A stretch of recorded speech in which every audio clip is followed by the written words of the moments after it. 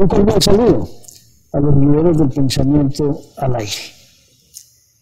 Un invitado, digamos que aunque es abogado de la Universidad Libre de Bogotá, profesor universitario de teoría del proceso en muchas universidades, incluyendo antioqueñas. Lo invitamos hoy para hablar unos temas de Colombia, del expresidente Álvaro Vélez, de la Defensoría del Pueblo, de tantas cosas que ha hecho en el trajinar de su vida profesional. Jorge Enrique Martínez Leiva. Jorge, hablemos un poquito de su vida colombiana, porque usted dice, como decimos nosotros, un antioqueño nace donde quiera. Usted nació en Bogotá, pero es un antioqueño de convicción, 35 años viviendo en Medellín. Pues no solamente de convicción, sino de corazón. Es que a mí me parece que ser antioqueño es una forma de ser. Inclusive, yo he sostenido que ser uribista es una forma de ser. Es decir, aquel que ama la patria, que defiende la religión cristiana, que defiende el matrimonio, los valores nacionales. Entonces, desde ese punto de vista, soy uribista y soy antioqueño de corazón. Muy bien, ahorita hablamos de su vasta forma de escribir, de sus libros, pero quiero que hablemos un poquito del ser humano, del hombre que sin cual derecho lo ha ejercido y ha ocupado un cargo importante que me parece a mí que en Colombia no se valoriza como es la Defensoría del Pueblo. Cuéntanos sobre la Defensoría del Pueblo y su gran función. Bueno, primero que todo, en cuanto a mi trayectoria, yo me decidí a estudiar Derecho en la Universidad Libre, porque en esas épocas y hasta hace muy poco tiempo, la universidad se caracterizaba porque sus egresados eran abogados litigantes, y yo siempre quise ser abogado litigante. Por supuesto que mi vida profesional ha sido el litigio, aun cuando fui asesor jurídico de una empresa muy importante aquí que era la Citroën en ese entonces, sigue siendo la Citroën una empresa muy importante. Yo fui asesor jurídico mucho tiempo de esta empresa. Litigo y he litigado en derecho civil para una congrua subsistencia y en derecho penal para poder ayudar, porque a través del derecho penal se puede ayudar mucho. Casualmente, por cuestiones políticas, estaba yo, digámoslo, candidatizado por algunas personas que conocía del Congreso para ser procurador aquí en la ciudad de Medellín. Pero, paradójicamente, gana el presidente Uribe y eso se quedó en veremos, como dice. Entonces alguien me dijo, hombre, usted que es tan inquieto y le gusta tanto el derecho, ¿por qué no te entras a la Defensoría Pública? Por supuesto que llegué a la Defensoría Pública siendo profesor de 2 universidades, e inclusive posteriormente me asignaron un grupo de estudiantes pequeños para la práctica forense penal. La Defensoría Pública en los Estados Unidos es conocida como los defensores de pobres.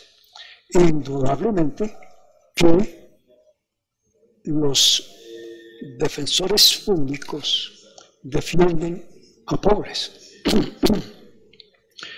Hay un pequeño, diría yo, inconveniente, es que se le asignan a los defensores públicos demasiados negocios. Semanalmente se les asignan 5 procesos. Yo llegué a llevar no menos de 400 procesos Al mismo tiempo. Pues prácticamente sí, porque recibo uno 5 procesos y de pronto los acaba rápido, o si no continúan 3, 4 y se van acumulando, se van acumulando. Entonces, hasta donde yo estuve, y digámoslo, hará unos 10, 12 años, la gente vivía cansada con esa cantidad de negocios. Y hoy en día entiendo que peor, porque tienen que trabajar día y noche inclusive, asistir, digámoslo, a audiencias, porque ya, por decir algo, no hay, digámoslo, límite de la hora por algunas cosas. Pero lo que hace la Defensoría es una gran labor. Y hay muy buenos abogados en la Defensoría, al punto de que muchas personas que saben que hay buenos abogados piden que les designen un abogado de la Defensoría Pública y no pagan. Por supuesto que la Defensoría es gratis. ¿Cuánto tiempo estuviste en la Defensoría? Yo estuve 6 años. 6 años. 6 años, sí. Y uno hace un resumen, ¿cómo sentiste el tema? Pues primero que todo, una labor humanitaria excelente, porque uno puede parafrasear aquello de que en la cárcel hay mucha gente inocente, y uno comprueba, y por eso me quedé bastante tiempo allá, porque se podía hacer una gran labor. No todos los casos eran indefensables, no. Había muchos casos donde uno veía, digámoslo, las equivocaciones de la justicia, veía, digámoslo, falta de experiencia de los funcionarios, veía uno cosas donde podría hacerse muy buena labor. Hombre Jorge, pero también fuiste internado a la Corte 3 veces. Bueno, mi trayectoria en el ejercicio profesional, primeramente podía ser yo candidato tanto por el lado civil como por el lado penal. Entonces, con la trayectoria que tenía, concursé para magistrado de la Sala Penal de la Corte.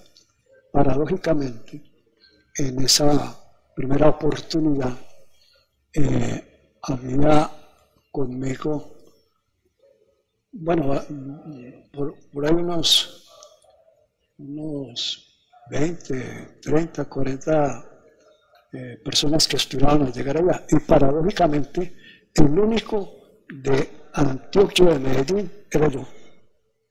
Paradójicamente. No puede ser. ¿Y qué pasó? Pues bueno, había un sistema que ha cambiado un poco, entonces lo llaman a uno para entrevista. Entonces, antes del 91, ya con posterioridad con... No, mucho tiempo después del 91, eso viene a ser más o menos en el 2000, diría yo, 2002, 2004, la primera vez que participo. Entonces lo convocan a uno a una entrevista en Bogotá, directamente viene la hoja de vida de uno, reúne todas las calidades, y precisamente dentro de la Constitución se habla que para poder ser magistrado de la Corte se requiere 10 años de ejercicio profesional o 10 de cátedra universitaria. Entonces yo reunía con largueza esas condiciones. Me entrevistaron, en fin, pero hay que decirlo, allá juega mucho el papel político. Entonces, si usted tiene buenas conexiones políticas y otros aspectos, en alguna época jugaba papel muy importante la masonería. Entonces, yo tenía mucho respaldo académico, pero no tenía respaldo político. Uno de los grandes problemas que tienen hoy las 3 ramas del poder, inclusive la rama judicial, en las elecciones de las altas cortes, es la mezcla entre lo jurídico y lo político. Y si usted pone a mirarse los funcionarios de las personas que son elegidas, pagan favores políticos a los congresistas que eligen. Nada, que ahí tenemos un problema de interpolación de poderes que ha desestabilizado la institucionalidad de Colombia. Indudablemente que, como lo dice usted, está concatenado ese vínculo que se tiene como abogados, como juristas, con la política. Le cuento una cosa, la Universidad Libre de Colombia tuvo muchísima fama con sus egresados. Hubo una época en que la Corte Suprema de Justicia estaba conformada por la mayoría de abogados egresados de la Universidad Libre, y se decía inclusive que era la Corte Celestial. Así llamaban así, la Corte Celestial, porque eran verdaderos juristas. Yo tuve la feliz oportunidad de tener como profesores grandes juristas. Por decir algo, el maestro Hernando Davis Echandía fue profesor mío, el doctor Luis Carlos Pérez, el famoso penalista, cuya obra fueron 30 volúmenes, él fue profesor mío. En materia de Derecho Procesal, del doctor Jairo Parra Quijano, no sé si lo ha escuchado usted nombrar, No. Presidente del Instituto Colombiano de Derecho Procesal hasta hace algún poco tiempo, y presidente del Instituto Iberoamericano de Derecho Procesal, fue profesor mío. Tuve yo la feliz oportunidad de, cuando ingreso como profesor a la Universidad Libre, habiendo terminado hacía un año, a mí me invitaron a ser profesor de la Universidad Libre y reemplacé en un curso al doctor Jairo Parra Quijano. Qué maravilla. Tarea difícil, ¿no? Pues tremendamente difícil, porque era a reemplazar a un personaje de la talla y valía del doctor Jairo Parra, era un compromiso grandísimo. Y tuve la fortuna de ser amigo del doctor Jairo, y la fortuna inmensa de haber sido amigo del doctor Luis Carlos Pérez, y entre otras cosas del doctor Hernando Londoño Jiménez. Un gran penalista antioqueño, un hombre brillante, lo conocí personalmente. Y un hombre sencillísimo. Total, de un conocimiento y de un humanismo. Sí. Yo tuve ese honor. Sus últimos 8 libros me los autografió y me los enviaba a mi oficina. Yo admiré y sigo admirando profundamente a este ilustre maestro. Sí, un gran honor para ese hombre que fue jurista extraordinario. Entre otras cosas, su obra escribió 34 libros. ¿Todo eso? Todo eso. Una maravilla. No, había sido. Yo conocía a varios, pero no 34. 34 libros. Y como le digo, los últimos 8 me los autografió. Un personaje al que Colombia le debe muchísimo. Instituciones como la Defensoría Pública, fue un proyecto en el habeas corpus, bueno, varias instituciones que se las debemos a él. Hombre Jorge, miren pues ustedes, mis queridos oyentes del pensamiento, como hemos hablado un poco de la vida jurídica de Jorge Enrique Martínez. Pero hay otro tema que es apasionante en él y que diría yo que es el tema fundamental de nuestra conversatorio del día de hoy. Él, además de ser abogado, es un escritor extraordinario. Ha escrito, que yo tenga en la memoria, unos 6 libros, estará terminando otros, además que es un músico extraordinario, amante de la música clásica, y que posiblemente escuchará los conciertos nuestros los sábados. Pero Jorge tiene esa pasión, y para nosotros es muy placentero mostrar 2 de sus últimas obras. Una es Álvaro Uribe Vélez, El palo en la rueda de la izquierda, y el otro es El proceso Uribe Vélez.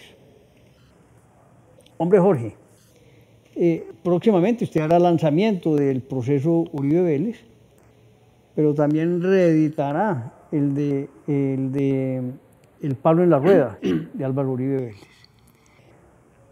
¿Por qué escribe usted sobre el doctor Álvaro Uribe? Bueno, primero que todo, quiero decirle que una de las pasiones mías ha sido escribir. Por supuesto que el proceso judicial en otras épocas era escrito. La oralidad es muy reciente, tendrá 15 años, 16 años. Sí, sí. Entonces, abogado que no supiera escribir no tenía mucho éxito. Entonces, siempre buscando la forma de escribir y de capturar al lector. En mis alegatos, en materia penal sobre todo, alegatos de conclusión, capturaba al funcionario para que leyera mis argumentos. Entonces, siempre la pasión de escribir. Yo vengo escribiendo desde muy joven, el colegio, en fin. Y, como dijo usted, llevo escritos 7 libros. Y tengo... Bueno, no me equivoqué si no era uno, ¿no? Sí. Okay. Tengo otros, yo diría otros 7, digámoslo, para publicar. Sigo trabajando en uno con diferentes temas, no necesariamente el derecho. Inclusive escribí uno sobre ópera. En fin, ¿por qué escribo sobre el presidente Uribe? Eso, es una pregunta puntual. Sí. ¿Por qué le dedica 2 libros, no sé si serán más, al presidente Uribe Vélez? Sí, el primero precisamente lo escribo casi que a manera periodística, es decir, a través de capítulos. Y el primero lo escribo precisamente cuando el presidente Uribe está en campaña siendo presidente y su contrincante era el doctor Gaviria Díaz. Entonces, como he sido profesor de varias universidades, tanto en Bogotá como aquí en la ciudad de Medellín, muchos alumnos, bastantes alumnos, entonces yo consideré que como mis estudiantes, como dicen, me han considerado una persona seria, una persona responsable en lo que digo, y también por mis convicciones íntimas veía yo que la candidatura del doctor Gaviria Díaz no era conveniente para el país. Entonces escribo un primer artículo sobre lo que se denomina las falacias en la argumentación jurídica. Por supuesto que lo tomo de una ponencia de un ilustre magistrado, una ponencia que se hizo, si no estoy mal, en Cartagena en el año 2005, por ahí. Entonces él hacía un análisis de lo que era la famosa sentencia del libre desarrollo de la personalidad. Por supuesto que un argumento jurídico tiene que ser un argumento válido. Y si el argumento no es jurídico, es un argumento no válido, es decir, una falacia. Si pudiéramos decirlo escuetamente, las falacias prácticamente son mentiras. Son, digámoslo, exposiciones metajurídicas.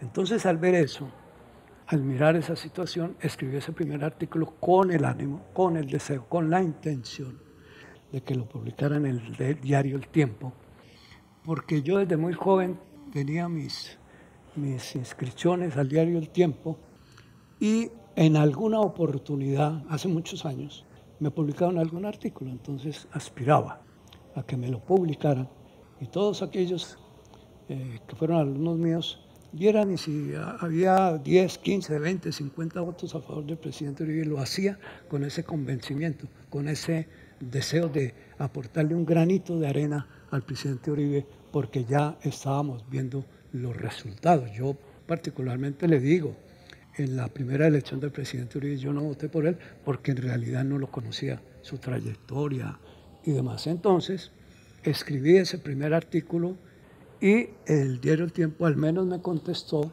diciendo que era muy extenso, como evidentemente puede serlo. Ese fue el primer artículo. Y le voy a comentar el segundo.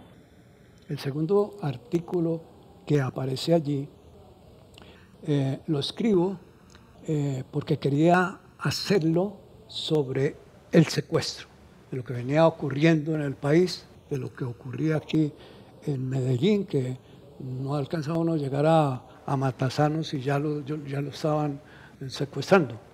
Entonces, yo no podía escribir sobre algo que no me había ocurrido, es decir, a mí no me habían secuestrado, ni me han secuestrado, ni a mis familiares, pero como no he vivido esa situación, entonces lo hago, escribo a través de una figura literaria para poder hablar, es decir, una conjugación de la realidad y la fantasía. Ese es muy interesante y, digámoslo así, le hago una alusión a lo que venía ocurriendo y literalmente el personaje que allí se pone como personaje central, digámoslo así, muere o es dado de baja literariamente. Ese artículo lo escribí en febrero del 2006 y en abril del 2007 lo dan de baja en Sucumbíos, Ecuador, que me imagino que sabe quién era el personaje. Claro, claro, claro. Bueno, el tercero, y ya termino esta parte de ese libro, el tercero lo hago con relación a una famosa... Pero para no quedarme con la idea, diga cuál es el personaje que falleció por actos de gobierno en Ecuador. El personaje le tenía el alias de... Ayúdeme. Estamos hablando de Raúl Reyes. Sí. Raúl Reyes, quería que usted lo pronunciara. personaje siniestro de Colombia. Exactamente, siniestro. Siniestro. Para Inclusive ahí habrá historias porque ahí hay muchos personajes que hoy todavía viven y otros recientemente fallecidos que lo defendieron, que estaban en todos sus correos y en todos sus computadores demostrándose su vinculación de aparentemente demócratas con la izquierda nefasta colombiana. Sí, en ese caso... Pero bueno, yo lo dije por usted. Sí, no, es que quería que usted lo dijera. Indudablemente que allá cogieron los famosos computadores y entonces eso no tenían validez, era una prueba, digámoslo, ilegal. Y fallida, ¿no? Pero no es ilegal la interceptación del teléfono del presidente Uribe. Ese es otro paseo. Miren cómo las pruebas y la selectividad de las pruebas. Entonces vámonos entonces para hablar de el proceso Uribe Vélez. Hombre, este libro vale la pena que ustedes lo conozcan. Harán el lanzamiento próximamente, pero de una manera imparcial, que es lo que me sorprende gratamente del doctor José Enrique. Yo no sé realmente el grado de amistad o no que usted tenga con el presidente Uribe, pero me parece que su forma de expresar todos estos temas es imparcial, es de un verdadero hombre que busca la justicia, la verdad. Y que la verdad es hoy muy difícil encontrar justicia, verdad y casi que la reparación por todo el mal que le han hecho al expresidente Álvaro Uribe y a su familia y a sus amigos, con acusaciones permanentes que los tienen hoy en ese proceso judicial terrible. Entre otras cosas, suspendido, ¿no? Hombre, usted menciona permanentemente la JEP, la Justicia Especial. Hombre, eso es como una contradicción hablar de una justicia especial cuando la justicia es una. Una sola. Bueno, primero que todo, le quiero comentar y decir, de acuerdo a lo que acaba usted de manifestar, que no sabe el grado de amistad que yo tengo con el presidente Uribe. Quiero decirle que yo no soy amigo del presidente Uribe. Míreme ustedes. Yo lo conocí a él a través de su actividad como presidente. Lo conocí, como dicen, por la televisión, por sus actividades. Y en su segundo periodo, nosotros con mis hijos viajábamos mucho a la costa, Cartagena, Barranquilla, Santa Marta. Y de un momento a otro era imposible salir mejor dicho, salir de aquí de Medellín. Pero a través de su política, de la seguridad democrática, empezamos a darnos cuenta que evidentemente sí se estaba haciendo algo importante para eso. Entonces comencé a seguirle de cerca y a admirarle. En segundo lugar, su persona, como lo dije ahorita, defensor de las instituciones como el matrimonio, la fe cristiana, el amor por la patria. Entonces, decido yo comenzar a escribir como lo hago el primer libro. Y en segundo lugar, culmino ese primer libro dejando un análisis de todo lo que fue, tanto lo que ocurrió después de entregó el poder, digámoslo así, y una serie de acontecimientos que se inician con una denuncia que formula otro personaje, entre comillas, y que usted debía mencionar el nombre, pero lo voy a mencionar yo, que no me gusta mucho mencionarlo, que es el señor Cepeda Castro. Se inicia... Iván Cepeda. Iván Cepeda Castro. Se inicia por allá en el año 2016, si no estoy mal, cuando en la Comisión Primera de la Cámara él intenta desmistificar la figura del presidente Uribe y lo trata de criminal. A raíz de ahí, pues, se inicia una serie de acontecimientos que el país los conoce todos, que culmina con la medida de aseguramiento de detención domiciliaria del Gran Colombiano. Allá en ese primer libro hago una serie de análisis y se dicta la medida de aseguramiento, digámoslo así, inaugurando la sala de instrucción penal de la Corte, la inaugura. 5 magistrados se había designado a una magistrada que venía de la justicia penal militar. Entonces, como estaba todo debidamente organizado, se rasgaron las vestiduras allá los encargados de designaciones y en fin, y entonces le barajaron el nombramiento a esta magistrada que venía con grandes pergaminos. Entonces se designaron los 5 magistrados y se designó como presidente de esa sala de instrucción a Julio César, ¿cómo es que llama? Bueno, el presidente que sigue siendo presidente de esa sala. Se designaron 5. Ellos dictaron una providencia con 1.250 folios.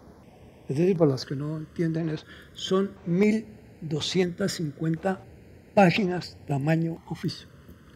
Si se hubiese dictado en cuartillas o páginas tamaño carta, pues se supone que hubieran sido 1.550 cuartillas. Cuando un magistrado con experiencia, avesado en el asunto de dictar las sentencias o providencias, fácilmente se haría con muchos 50 folios. Entonces ellos profieren esa providencia y la doctrina ha señalado que los testimonios no se cuentan, sino que se sopesan. Y ellos entendieron lo contrario, que se pesan, como se pesa el carbón, como se pesa la chatarra, es decir, por su peso específico. Entonces el número de folios les daba el peso. Se dice inclusive que ni la historia de la conquista de América tiene esa cantidad de folios. Entonces, bajo esas circunstancias, yo termino esa parte del primer libro, que está enfocado a lo que ocurrió inicialmente cuando se formula la denuncia y conoce la sala de casación penal de la Corte. Después, entonces, empiezo a seguir de cerca lo que va a ocurrir y viene ocurriendo con la solicitud de preclusión que va a hacer el doctor. Pero antes de esa preclusión que todavía está en marcha, viene algo que me parece a mí sorprendentemente nefasto para este país. Magistrados hablando del proceso en la opinión pública. Testigos falsos. Todo un montaje, diríamos nosotros, claramente, para atacar al expresidente Álvaro Uribe. Usted lo prueba en ese libro. Usted claramente dice los nombres. Montealegre, toda esa cantidad de personajes que lo que tienen es rabia, lo que tienen es envidia del expresidente Uribe, atacan y formulan lo que hoy es este proceso que vemos diariamente en la televisión. Es un reality, realmente. Pero de ese proceso debe salir enaltecido el presidente Uribe Vélez. Quisiera leer aquí una partecita que no quería hacerlo.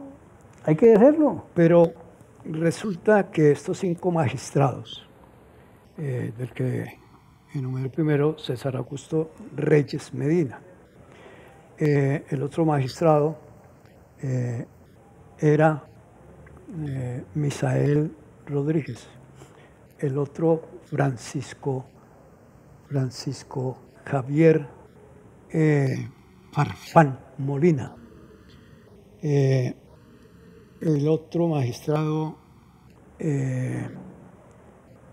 era Marco Antonio Rueda.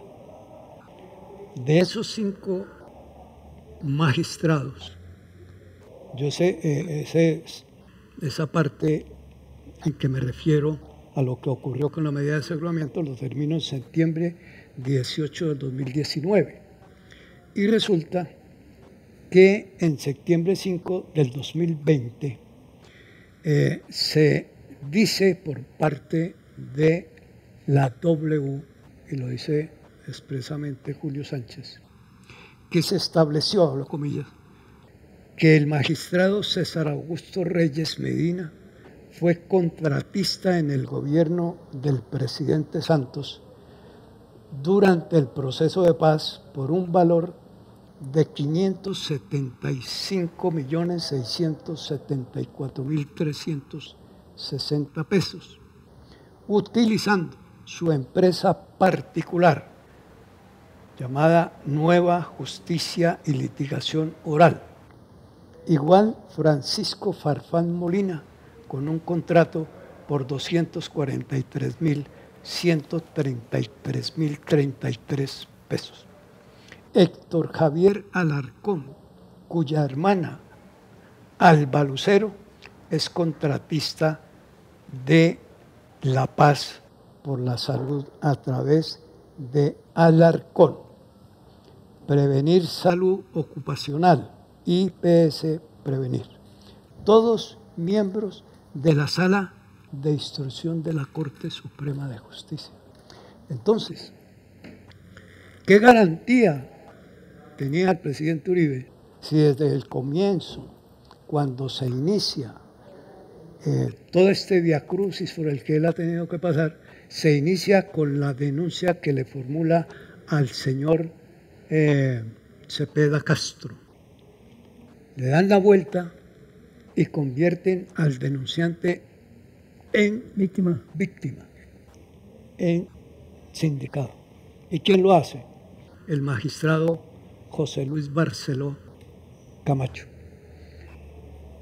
en unión, óigase bien, de José Antonio Hernández Barbosa y de el magistrado Fernando Alberto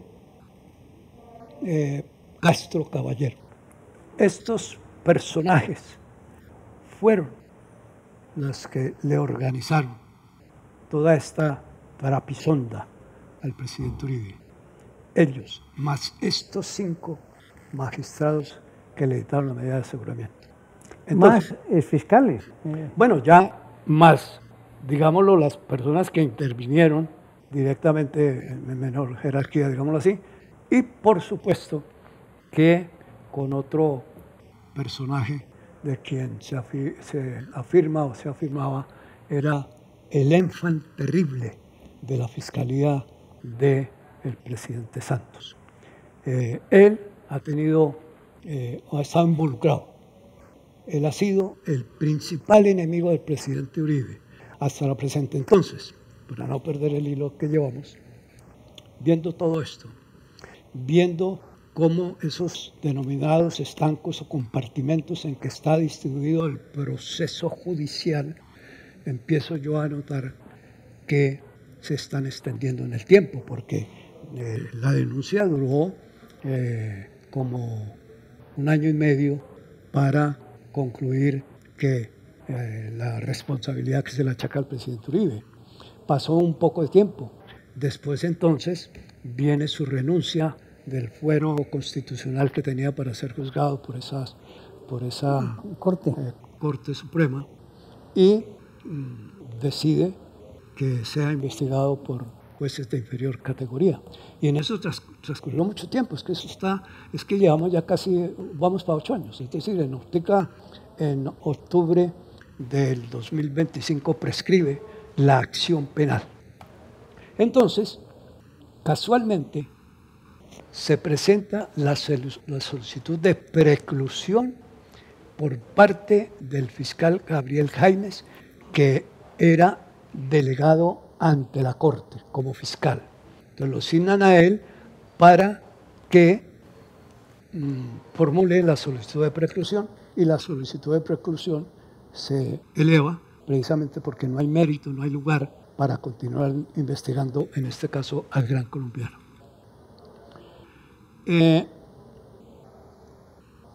Da la casualidad que los científicos vienen hablando mucho de los agujeros negros. Entonces, en lo que yo observaba, me daba cuenta que el proceso del presidente Uribe se estaba yendo a un agujero negro. Dicen los científicos que esos agujeros negros, entre comillas, se tragan todo lo que tenga materia, sea una estrella, un planeta, un exoplaneta, lo que sea. Y no se sabe para dónde van, no se sabe. Entonces, yo inicialmente pensaba darle el título del proceso Uribe Vélez, un agujero negro. Pero da también la casualidad de que al cabo de algún tiempo los científicos están diciendo que hay luz en los agujeros negros. Entonces, cuando el doctor Gabriel Ramón Jaimes habla de la preclusión, entonces yo digo, hay una luz en este agujero negro que es el proceso contra el presidente Uribe. Entonces empiezo a observar una serie de situaciones y se inicia la solicitud de preclusión, y a partir de ahí es que surge este libro con todas las circunstancias, con todos los antecedentes que vienen ocurriendo, y uno de ellos es que dice el doctor Gabriel Jaimes que va a tocar 6 puntos sobre la investigación para demostrar que hay mérito para precluir esa investigación. Casualmente, este libro se termina o lo edita o lleva a edición ahorita en el año 24, a finales de diciembre, ¿no? Sí, eso fue a finales del 2024, pero déjenme terminar esto. Esa solicitud de preclusión, cuando dice Gabriel Jaimes que va a hablar durante 4 días, entonces ya los abogados, el abogado de Cepeda, aparece allá el abogado del Río como representante de Yanira Gómez. Entonces él dice que va a hablar 5 días, y el otro dice que 4, y entonces eso se convirtió, eso es un quilombo. El uno decía, el otro, y aparecen 2 personajes nefastos, que son Eduardo Montealegre y Jorge Perdomo, aparecen allí. Que los reconocen como víctimas. Y ¿no? los reconocen como víctimas y entre otras cosas, uno se pregunta, pero ¿de dónde salieron? Y da la casualidad que cuando se está transmitiendo por internet esta situación, y uno de los sorprendidos es el doctor Jaime Granados, el defensor del presidente Uribe. Y entonces casualmente se va la imagen y no supimos cómo habían llegado allí, pero a través de mis investigaciones, de mis asuntos, concluyo que quienes lo reconocieron fueron, se le reconoció en la sala de instrucción de la Corte con estos 5 personajes. Viene ocurriendo todo esto y precisamente yo sabía para dónde iba ese proceso. Y lo digo, va a quedar en esto que puede ser el agujero negro y allá va a tragarse ese agujero negro la situación del presidente Uribe, posiblemente como ocurrió con el caso del doctor Luis Alfredo Ramos, que va a casación a la Corte después de haberse agotado todos los recursos de ley y lo mantienen 6 años en ese agujero negro. Y como vienen elecciones y todo esto, entonces le dictan la sentencia. Al presidente Uribe lo dijo Vicky, la periodista. Vicky Dávila. Hoy candidata. Lo dijo en un artículo hace algún tiempo, hará 3 o más años. Decía que si era que el presidente Uribe había perdido todos sus derechos legales, constitucionales, y que le lanzaban bombas atómicas de desprestigio cada vez que habían elecciones. Y todo esto que viene ocurriendo, y mire lo paradójico, que empiezan a acelerar el proceso ya en la etapa del juicio, lo vienen acelerando para que al final, eso va a ser más o menos, diga usted, un mes antes de que se genere el fenómeno de la prescripción. Y como ya es una etapa de elecciones, entonces va a ser una gran bomba atómica que le van a lanzar de desprestigio como lo han venido haciendo. Pero centrándome en el título, el proceso Uribe Vélez, un agujero negro y clara aplicación del lawfare, hago una pregunta. Personal e íntimamente, mis convicciones íntimas son que evidentemente hay un lawfare. Cuando el presidente Uribe declara en la indagatoria infame a la que lo sometió el magistrado César Augusto Reyes Medina, lo mantuvo 8 horas en una indagatoria al gran colombiano. Él dice, un amigo mío periodista de nombre Plinio Apuleyo Mendoza, me dijo que me iban a adelantar una guerra jurídica. Posteriormente, en las audiencias de preclusión que adelanta el doctor Gabriel Jaimes, dice lo mismo. Es decir, lo ratifica que el periodista le había dicho que le iban a adelantar una guerra jurídica. Entonces, decimos, ¿qué es el lawfare? Casualmente, el 9 de febrero, en el diario El Colombiano, le hacen una entrevista al doctor Jaime Granados. Y el periodista le pregunta, fíjese bien, el 9 de febrero de este año, en el diario El Colombiano, ¿el proceso del presidente Uribe es un juicio político? Le pregunta al periodista, al doctor Jaime Granados. Y él dice, sí, es un juicio político. Es un clásico evento del lawfare. Clásico. Y entre paréntesis dice guerra jurídica. Pero cuando el periodista le dice al presidente una guerra jurídica, la gente supone que es esa guerra, entre comillas, que se dice dentro de los procesos adversativos, uno que acusa y otro que defiende. Eso, con un símil, es una guerra jurídica. Entonces cualquier persona dice, sí, es esa guerra, y que uno dice que el otro dice, el otro contradijo, ¿cierto? Pero la realidad, que es el eje central de este libro, es que al presidente Uribe, igual que al doctor Luis Alfredo Ramos y al ministro Arias Leiva, les aplicaron esa guerra jurídica. Y en síntesis, para no extenderme y para que la gente lea qué es el lawfare, podemos decir simple y llanamente que se trata de procesos que adelanta la justicia, convirtiéndose en un contrincante político para sacar de ese juego político a un personaje que es difícil de derrotar fácilmente. En ese caso, cuando usted concluye de esa manera, lo que estamos ya para terminar y para agradecerte pues toda esta argumentación jurídica que estás planteando, es que hay que leer este libro, estos libros del presidente Uribe, la historia jurídica que la enmarca y lo que están haciendo muchos personajes en Colombia para hacer daño personal a un gran hombre. Indubitablemente que hay que leerlo. Y quienes tienen interés en encontrar, oígase bien, la verdad, porque, como se ha venido diciendo dentro del proceso penal, se decía, la doctrina internacional, el fundamento de la investigación es la verdad real, como lo decía Vincenzo Mancini, la verdad real, la verdadera verdad, no una verdad aparente, que es la que nos muestra que es aparente, el proceso es aparente. Y hay etapas en que en esa apariencia nos dicen, sí es la justicia, valga por caso lo que acaba de ocurrir ayer.